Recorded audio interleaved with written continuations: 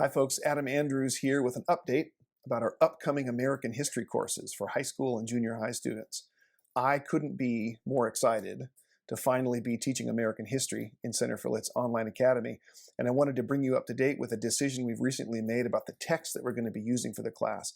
Really excited to have found Land of Hope by Wilfred McClay, who currently holds the Victor Davis Hanson Chair in Classical History and Western Civilization at Hillsdale College, my own alma mater.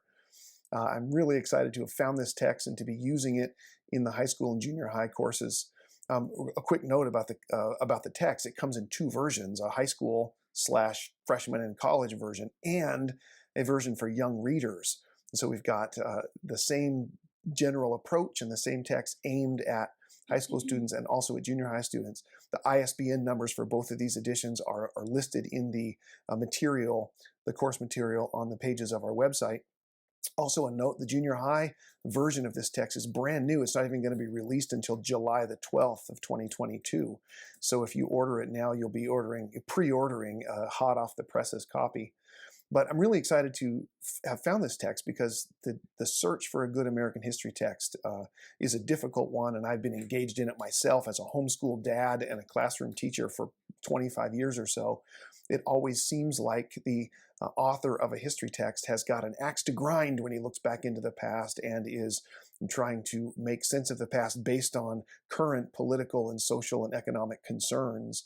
And the truth is that this is really impossible to avoid. It's just the way we all do when we look back into the past, right? We look back for details about how to make sense of our current lives, and we assume things about actors in the past based on present concerns and present assumptions. Everybody does this. The writers of American history texts are not any sort of exception. But for somebody with my general worldview, that's always presented some sort of problem. And so I'm really glad to have found Wilfred McClay's text. And just let me give you an idea of the perspective he's going to take. I'll read from an excerpt of an early review of the book. Listen to this. We have a glut of text and trade books on American history. But what we don't have is a compact, inexpensive, authoritative, and compulsively readable book that will offer to intelligent young Americans a coherent, persuasive, and inspiring narrative of their own country. Such an account will shape and deepen their sense of the land they inhabit, and by making them understand that land's roots, will equip them for the privileges and responsibilities of citizenship in American society, and provide them a vivid and enduring sense of membership in one of the greatest enterprises in human history, the exciting, perilous, and immensely consequential story of their own country. The existing texts simply fail to tell that story with energy and conviction. They're more likely to reflect the skeptical outlook of specialized professional academic historians, an outlook that supports a fragmented and fractured view of modern American society, and that fails to convey to young people the greater arc of that history. Or they reflect the outlook of radical critics of American society who seek to debunk the standard American narrative. And just a second, let me finish that sentence.